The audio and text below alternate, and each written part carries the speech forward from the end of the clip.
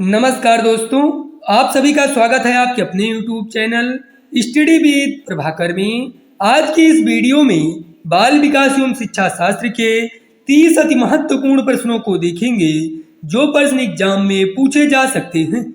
इसलिए आप सभी इस वीडियो को पूरा एवं लास्ट तक जरूर देखें। वीडियो अच्छा लगे तो वीडियो को लाइक करें और चैनल को सब्सक्राइब जरूर करें। आइए शुरू करते हैं।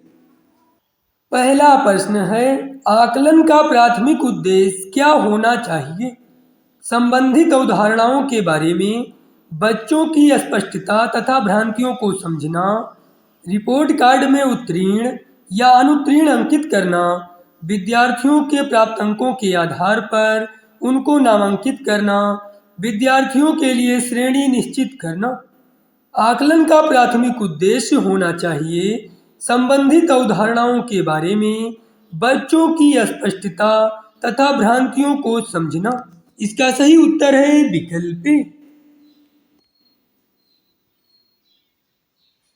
निम्नलिखित कथनों में से कौन सा बुद्धि के बारे में सही है? बुद्धि एक निश्चित योग्यता है जो जन्म के समय ही निर्धारित होती है। बुद्धि को मानकीकृत परीक्षणों के प्रयोग से सटीक रूप से मापा एवं निर्धारित किया जा सकता है। बुद्धि बहुआयामी है तथा जटिल योग्यताओं का एक समूह है। बुद्धि एक एकात्मक, कारक तथा एक एकाकी विशेषक है। बुद्धि के बारे में सही है, बुद्धि बहुआयामी है तथा जटिल योग्यताओं का एक समूह है। इसका सही उत्तर है विकल्प सी।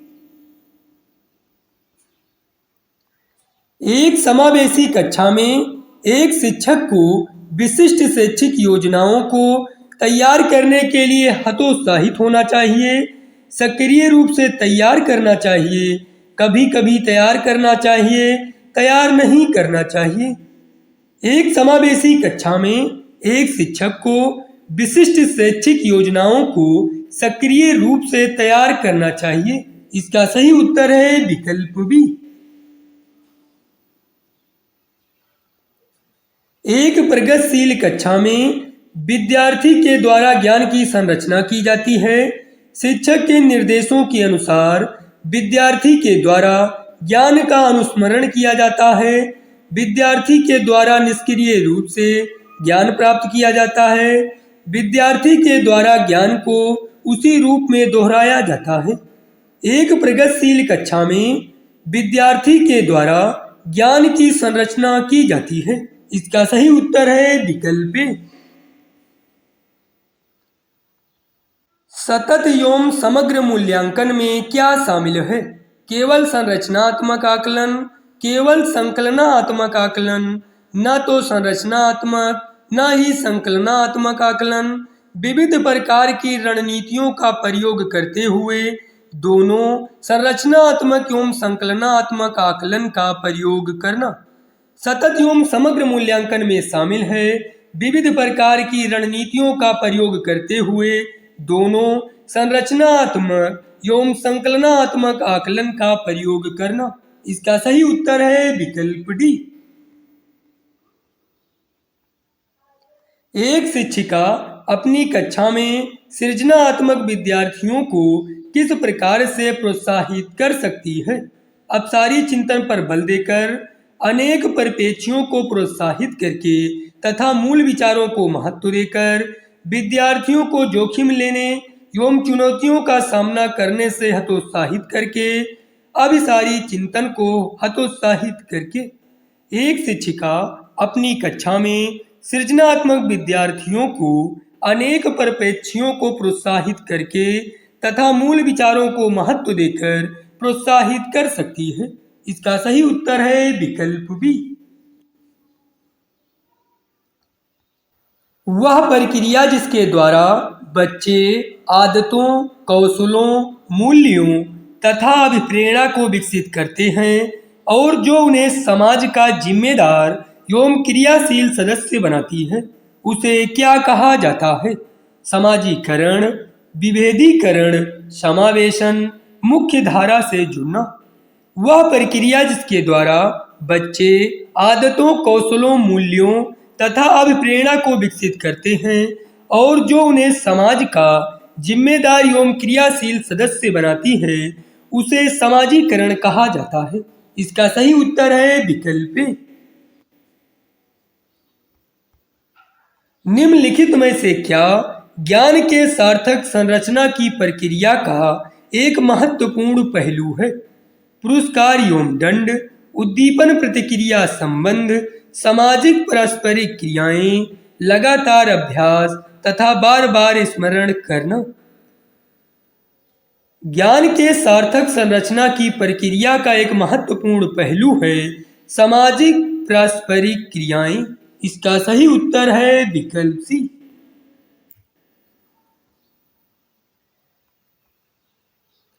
संरचनावादी उपागम बताता है कि डॉट डॉट ज्ञान की संरचना के लिए अत्यंत आवश्यक है विद्यार्थी का पूर्व ज्ञान, अनुबंधन, यंत्रवत याद करना, दंड। संरचनावादी उपागम बताता है कि विद्यार्थी का पूर्व ज्ञान ज्ञान की संरचना के लिए अत्यंत आवश्यक है। इसका सही उत्तर है विकल्प ए। निम्नलिखित में से कौन से शिक्षण अधिगम के लिए एक प्रभावशाली शिक्षण प्रणाली नहीं है? प्रयोग एवं पर्यवेक्षण, बच्चों को अंतर्दृष्टि के द्वारा अनुमान लगाने के लिए प्रोत्साहित करना, संवाद एवं परिचर्चा, दिए गए ज्ञान को दोहराने पर ध्यान केंद्रित करना।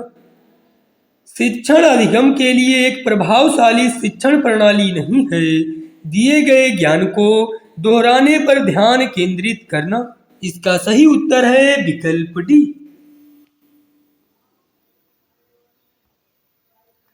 शिक्षक कक्षा में पढ़ने में ध्यान न देने वाले बच्चों से किस प्रकार का बर्ताव कर सकते हैं?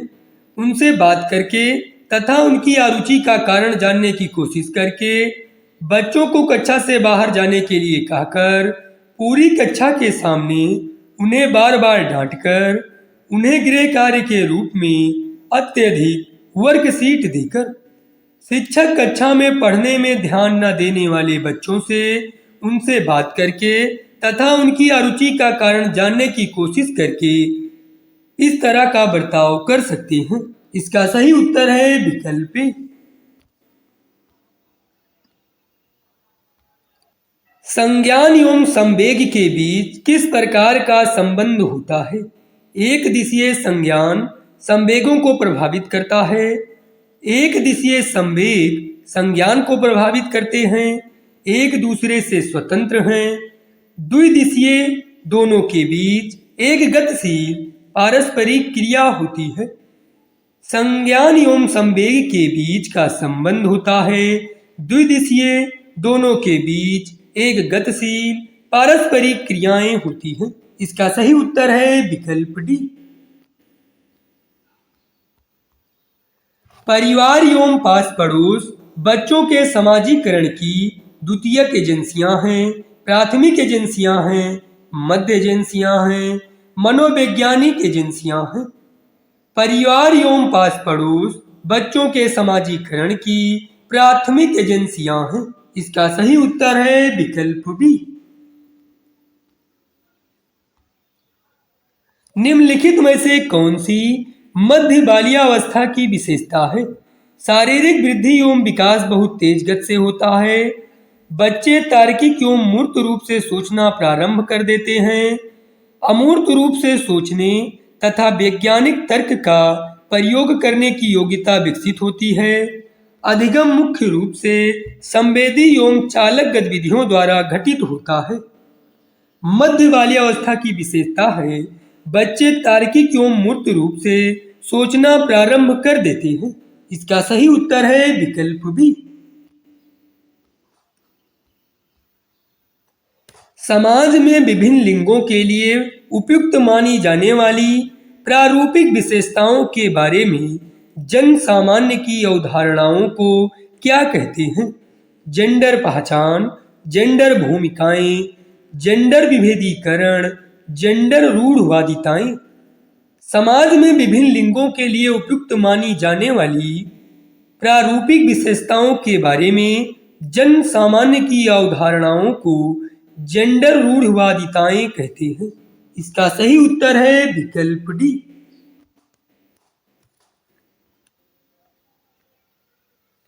निम्न में से कौन सा अधिगम के पठार का कारण नहीं है? विद्यालय का असहयोग, ज्ञान की सीमा, प्रेरणा की सीमा, शारीरिक सीमा। अधिगम के पठार का कारण नहीं है विद्यालय का असहयोग। इसका सही उत्तर है विकल्प ए। निम्नलिखित में से कौन सा स्थूल कौशल के उपयोग का एक उदाहरण है? एक मटर को उंगलियों से दबाना, किताब के पन्ने पलटना, एक पैर पर संतुलन करना, पेंसिल पकड़ना। स्थूल कौशल के उपयोग का एक उदाहरण है एक पैर पर संतुलन करना। इसका सही उत्तर है विकल्प सी। 2 वर्ष से 6 वर्ष की अवधि को क्या कहा जाता है? शैशवावस्था, प्रारंभिक बचपन, मध्य बचपन, किशोरावस्था। 2 वर्ष से 6 वर्ष की अवधि को प्रारंभिक बचपन कहा जाता है। इसका सही उत्तर है विकल्प बी। विकासात्मक परिवर्तन किसका परिणाम है? आनुवंशिक और पर्यावरणीय परिस्थितियों का अनूठा संयोजन, केवल सामाजिक सांस्कृतिक कारक, न तो वंशानुगत और न ही पर्यावरणीय कारक, किसी व्यक्ति का केवल आनुवंशिक ढांचा। विकासात्मक परिवर्तन आनुवंशिक और पर्यावरणीय परिस्थितियों का अनूठा संयोजन का परिणाम है। इसका सही उत्तर है विकल्प ए। किसके सिद्धांत में भाषा बच्चों के संज्ञानात्मक विकास में महत्वपूर्ण भूमिका निभाती है? जीन पियाजे, Lev Vygotsky, Kohlberg, Harvard Gardner. Lev Vygotsky के सिद्धांत में भाषा बच्चों के संज्ञानात्मक विकास में महत्वपूर्ण भूमिका निभाती है। इसका सही उत्तर है विकल्प बी।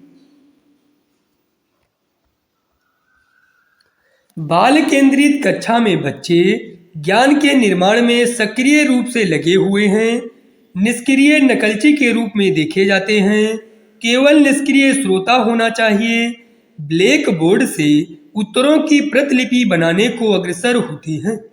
बाल केंद्रित कक्षा में बच्चे ज्ञान के निर्माण में सक्रिय रूप से लगे हुए हैं।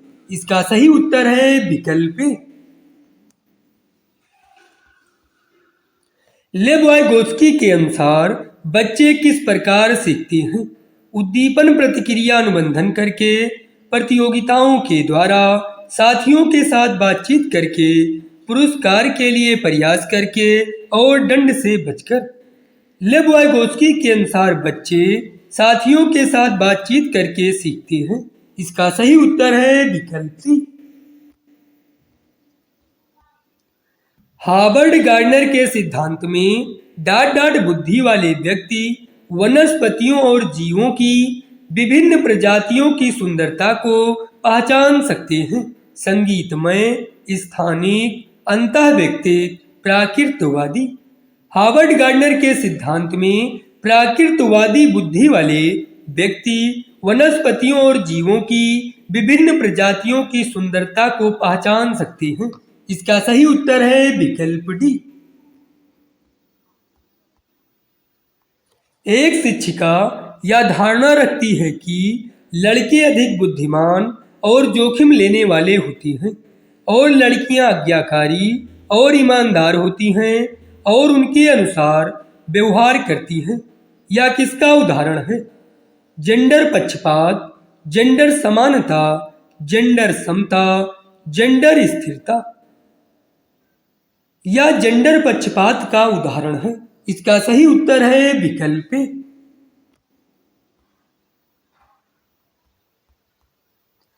समावेशी शिक्षा के लिए क्या जरूरी है? मानकीकृत पाठ्यक्रम, लचीला शिक्षा शास्त्र, अगम्य इमारत, अनम्य मानसिकता। समावेशी शिक्षा के लिए लचीला शिक्षा शास्त्र जरूरी है। इसका सही उत्तर है विकल्प बी। निम्न में से कौन सा सुविधाहीन और वंचित समूहों के शिक्षार्थियों को शामिल करने में मदद करता है। प्रमुख समूह की ओर केंद्रीय शिक्षा शास्त्र, मानकीकृत परीक्षण, विविधता को महत्व, गैर प्रासंगिक पाठ्यक्रम। सुविधाहीन और वंचित समूहों के शिक्षार्थियों को शामिल करने में विविधता को महत्व देना मदद करता है। इसका सही उत्तर है विकल्प सी।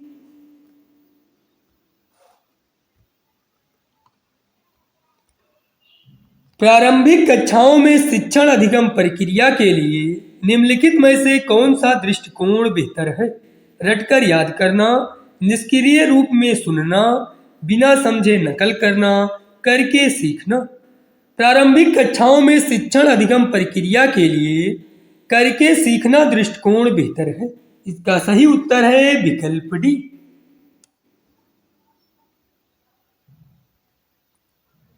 निम्नलिखित में से कौन सी दिव्यांगता सामाजिक संचार में चुनौतियों का कारण बनती है? गतिमान दिव्यांगता, स्वालीनता, पठन वैफल्य, गुणज वैफल्य। स्वालीनता ऐसी दिव्यांगता है जो सामाजिक संचार में चुनौतियों का कारण बनती है। इसका सही उत्तर है विकल्प बी।